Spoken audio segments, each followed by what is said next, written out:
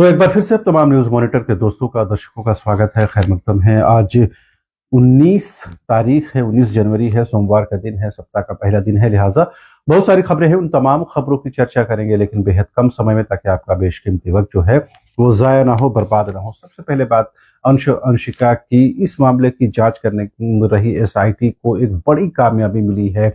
करीबन 12 बच्चों को और बरामद किया गया है। अलग अलग मामलों को लेकर के जो प्राथमिकी दर्ज थी, जब उसकी तफ्तीश शुरू हुई तो उस क्रम में जो है 12 बच्चों को और जो है वहां से रिकवरी हुई है। अलग अलग गैंग से हुई है, लेकिन ये तमाम जो लोग हैं कहीं कहीं गुलगुलिया गैंग है, और तमाम लोगों का संपर्क जो है मिर्जापुर गैंग से है। ये तमाम जो लोग हैं ह्यूमन ट्रैफिकिंग यानी कि मानव तस्करी में शामिल है।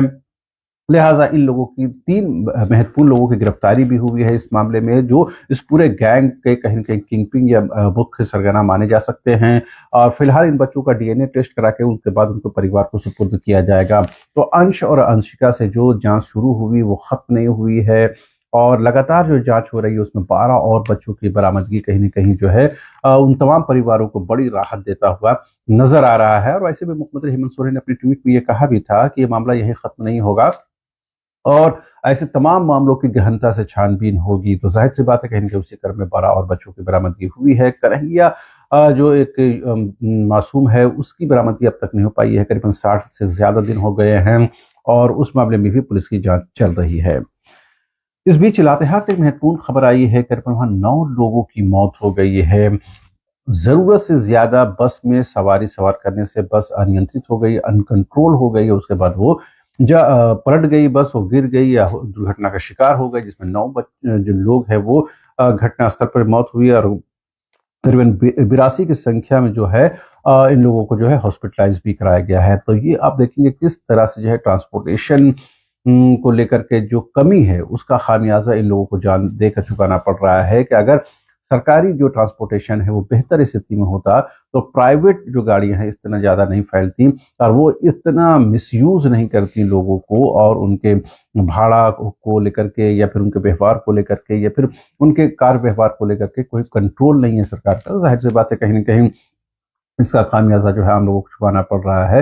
जरूरत इस बात की है कि सरकारी जो ट्रांसपोर्टेशन व्यवस्था है, सरकारी परिवहन व्यवस्था है, उसको और मजबूत किया जाए और बेहतर किया जाए। वैसे भी कहीं ना कहीं झारखंड में परिवहन व्यवस्था सरकारी जो है वो दम तोड़ती हुई नजर आती है। लिहाजा उसको अगर मजबूत किया जाएगा तो अपने आप जो निजी व्यवस्थाएं हैं वो ध्वस्त हो जाएंगी। कुछ राजनीतिक खबरों की बात करते हैं तो बीजेपी ने एक बार फिर से दोहराया है कि वो निकाय चुनाव को ईवीएम मशीन से कराना चाहती है, और इसकी मांग वो कर रही है। साथ ही इस चुनाव को दलीय आधार पर कराना चाहती है। इसको लेकर के वो लगातार मांग भी कर रही है, लेकिन सरकार इसमें, और यूं कह सकते हैं आयोग, इस बारे में अब तक कुछ भी प्रतिक्रिया नहीं आई है। आलोक दुबे जो कांग्रेस के महासचिव हैं, उन्होंने कहा कि बीजेपी है वो चुनाव से डर गई है, इस वजह से वो ईवीएम की बात कर रही है। उन्होंने कहा कि आखिर क्या वजह है कि वो डर बैलेट पेपर से हो रही है, आखिर क्या वजह है कि वो ईवीएम से जो है चुनाव कराने के लिए पक्ष में है। इस बीच आईएमए इंडियन मेडिकल एसोसिएशन की कल एक महत्वपूर्ण बैठक जो है रांची में हुई। इसमें यह कहा गया कि क्लिनिकल इस्टेब्लिशमेंट एक्ट में अगर संशोधन नहीं होता है तो वो लोग कार्य बहिष्कार करेंगे। उन्होंने कहा कि पड़ोसी राज्य बिहार में भी ऐसा हुआ है, लिहाजा यहाँ भी इस तरह का जो प्रोविजन होना चाहिए। झारखंड कर्मचारी चयन आयोग की बात करें तो आज जो है माध्यमिक आचार्य परीक्षा फर्स्ट पेपर का अंतिम दिन है।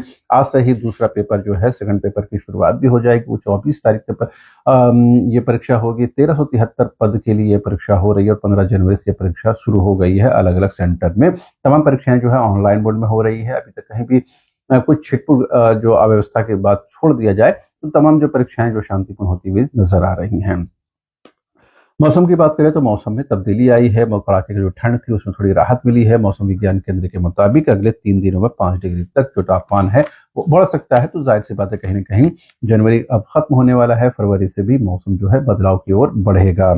अंतर्राष्ट्रीय खबरों की बात करें तो अमेरिका ने भारत को निमंत्रण दिया है कि जो गजा में बोर्ड ऑफ पीस का गठन किया जा रहा है उसमें वो उनको भारत को भी शामिल करना चाहते हैं। इस बारे में विधिवत तौर पर जो है उनको निमंत्रण भेजा गया भारत सरकार को, ताकि जो गजा और इसराइल के बीच जो स्थायी जो है समाधान हो सके, शांति वार्ता स्थायी तौर पर हो सके, और लोगों को जो है बेहतर जीवन यापन मिल सके, ऐसा सामने से कहा गया है। इसके पीछे की रणनीति क्या है वो गजा के लोग या फिर अमेरिका हो या फिर इजराइल हो, यहाँ के जो लोग हैं वो बेहतर बता पाएंगे, इस वजह से कि गजा में जो कुछ चल रहा है उसमें अमेरिका का इंटरेस्ट कुछ ज्यादा है और अमेरिका शुरू से ही जो है वो इजराइल के पक्ष में है। तो जाहिर सी बात है इजराइल को ज्यादा से ज्यादा फायदा दिलाने की कोशिश करेगा, लेकिन गजा में शांति हो इस बारे में अमेरिका की कोशिश को भी नकारा नहीं जा सकता है।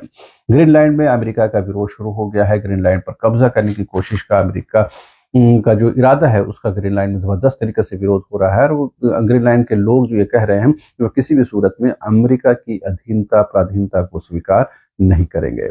बहरहाल अभी के लिए इतना ही। आप तमाम दर्शकों का एक बार फिर से शुक्रिया।